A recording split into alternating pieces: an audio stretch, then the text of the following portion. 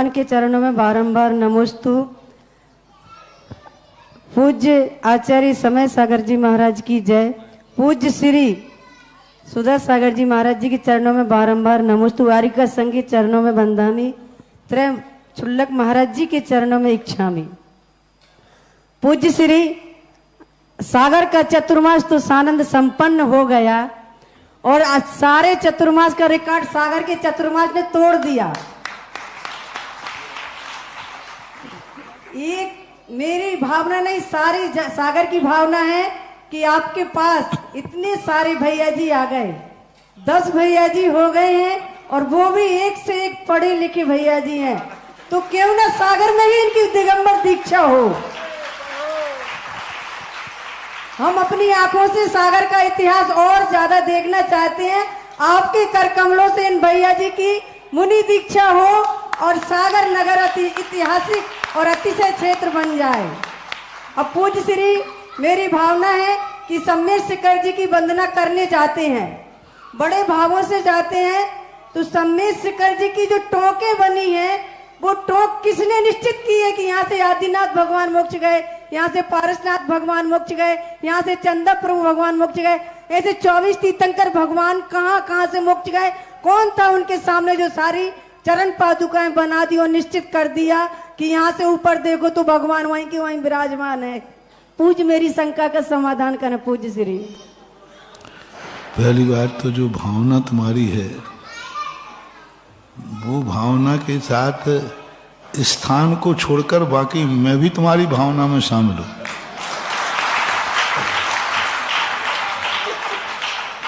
दीक्षा लेने के लिए तो सब मोक्ष मार्ग में आते हैं, होना ही चाहिए। अब स्थान की बात और समय की बात है, इस संबंध में सारी चीजें विचारनी होती हैं, क्योंकि परम दिगंबर मुद्रा है। इसके लिए साधना, तपस्या, अभ्यास बहुत जरूरी है। हम लोगों को आचार्य से ने तुरंत दीक्षा नहीं देती, खूब घोंटा है जम के और ऐसा रगड़ते थे। नई जो भर्ती होती है ना, तो पुलिस वाले कुछ नहीं, लेफ्ट राइट कराते ही रहते हो। 5 किलोमीटर दौड़ा दूर, ऐसे हम लोगों को खूब दौड़ाया। सागर से दीक्षा लेती मुक्तागिरी से तो खजुराहो और ऐसे दौड़ाते लेफ्ट राइट चलो। नई दीक्षा में इतना विहार कराया, इतना पैरों के छाले। बोले हाँ दीक्षा लेना है तो पहले लेफ्ट राइट करना ही पड़ेगा। आचार्य ने यही उदाहरण दिया। बाद में जाकर के पुलिस वालों को इतनी मेहनत नहीं करना पड़ती, लेकिन शुरुआत जब भर्ती होती है मिलिट्री में, पुलिस क्या लेफ्ट राइट कराते हैं। इतने बड़े बड़े बिहार आचार्य ने कराए, खूब जबरदस्त। और जम के अंतराय, शुरू में अंतराय ज्यादा आते ही, अंतराय भी जम के, त्याग भी जम के। और आचार्य श्री को कुछ नहीं कुछ दिखाओ, फोले दिखाओ, उनको दया आती नहीं, देखते अच्छा हाँ ठीक बहुत अच्छा, हाँ ये उनको दिखाओ महाराज जी फोला, हाँ बहुत अच्छा, यही तो आनंद है। तो ऐसे परिपक्वता आना बहुत जरूरी है। साधना और अभ्यास के साथ बस ऐसे बढ़ो कि कदम आगे बढ़े तो चाहे खाई आ जाए, चाहे समुद्र आ जाए, चाहे मेरू पर्वत आ जाए, कदम बढ़ा है तो बढ़ता ही जाना चाहिए। तो भावनाएं सदा भाती रहना चाहिए।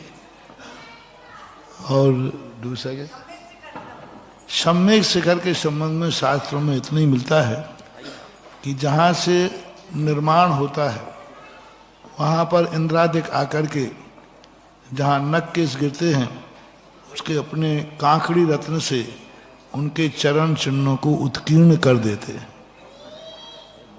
ऐसा कुछ प्रथमान युग के ग्रंथों में प्रकीर्णक रूप से मिलता है। इसलिए वे वही टोंके हैं जहाँ से भगवान को मोक्ष हुआ, उनके नख केश नीचे गिरे, उसी को सेंटर पॉइंट बना करके और चरणों की स्थापना करा दी।